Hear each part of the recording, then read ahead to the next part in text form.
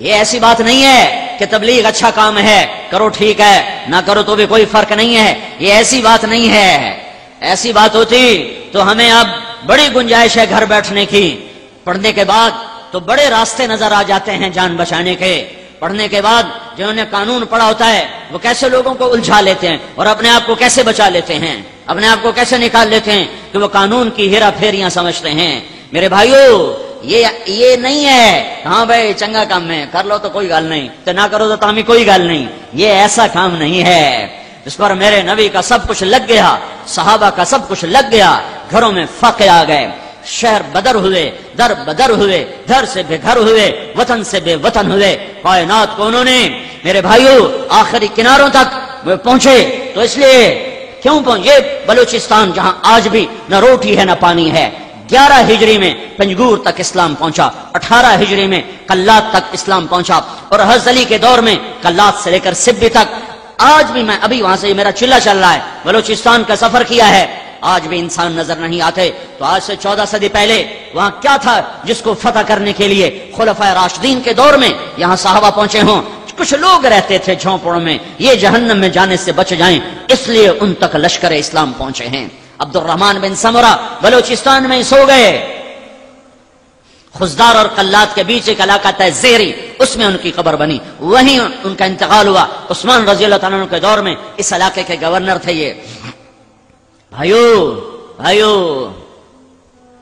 یہ تو اس امت کا مقصد تھا، مقصد اسی کوئی بات نہیں، مستحب ہے، تبلیغ مستحب ہے۔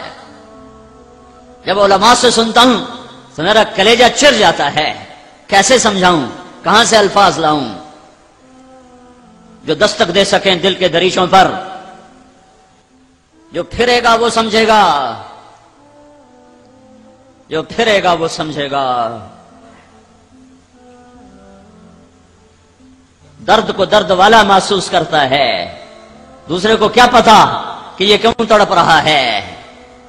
وہ نبی کا جو درد نبوت تھا، جو درد نبوت کہ کوئی جہنم میں جانے نہ پائے، کوئی گمراہ ہی کی موت نہ مرے، اس درد نے بے قرار کیا میرے نبی کو، صحابہ کو۔ تو تب تو وہ ماہی بے آب کی طرح تڑپے، پارے کی طرح بے قرار ہوئے اور ہوا کی طرح پھیلے، اور جب تک زندگی نے وفا کی اور جہاں تک وہ جا سکتے تھے دنیا کا آباد حصہ لا الہ الا اللہ کی آواز سن چکا تھا۔ ہمارے ذمہ دستک دینا ہے، دل میں اتارنا ہمارے ذمہ نہیں۔ ذمہ کہا کرتا ہوں تشکیل ہمارے ذمہ نہیں، پہنچانا ہمارے ذمہ۔ یہ کتنے تبلیغ والے بے وقوفی میں کہتے ہیں بیان اصل نہیں تشکیل اصل ہے۔ بھائی بیان اصل نہیں تشکیل اصل ہے، نہیں دعوت دینا اصل ہے، تشکیل تو میرا اللہ کرتا ہے۔ میں کسی کو اٹھا سکتا ہوں؟ ہاں بھائی بیان اصل نہیں، میں 3 گھنٹے بیان کر کے بیٹھا ہوں، تھک کے کمر میں درد ہے، اور تشکیل والا کہتا ہے بھائی بیان اصل نہیں تشکیل اصل ہے۔ مجھے خامخواہ بٹھایا تھا 3 گھنٹے یہاں؟ دعوت اصل ہے، ہماری ذمہ دعوت دینا ہے۔ اگرچہ بت ہیں جماعت کی آستینوں میں، مجھے ہے حکم اذان لا الہ الا اللہ۔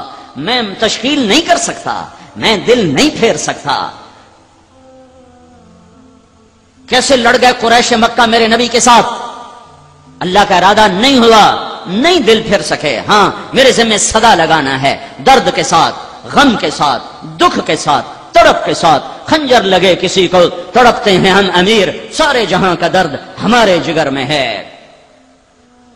یہ مزاج اسلام ہے، یہ مزاج ایمان ہے کہ کسی کو گمراہی میں دیکھ کے تڑپ جاؤ، نفرت نہ کرو، نفرت نہ کرو۔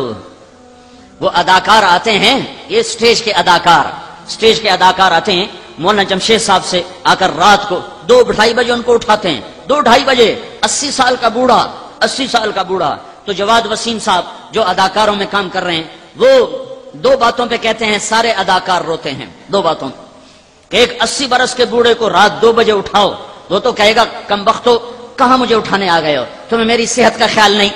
تو کہا ہم یوں ہاتھ لگاتے ہیں تو مولانا جمشید صاحب آنکھ بعد میں کھولتے ہیں اور مرحبا مرحبا پہلے کہتے ہیں، مرحبا مرحبا مرحبا۔ تو کئی اداکار اسی پہ رونے لگ جاتے ہیں کہ اس کو تو گالیاں نکالنی چاہیے تھی بابا جی کو، اور یہ کہہ رہا مرحبا مرحبا۔ پھر مولانا جمشید صاحب کہتے ہیں بھائی وہ ہماری بچیوں کا کیا حال؟ کس کو کہہ رہے ہیں ہماری بچیاں؟ سٹیج پہ کپڑے اتار کے ناچنے والیاں، تھیٹر میں ننگے ناچ کرنے والیاں تو جماعت سے کہتے ہیں بھائی وہ ہماری بچیوں کا کیا حال ہے.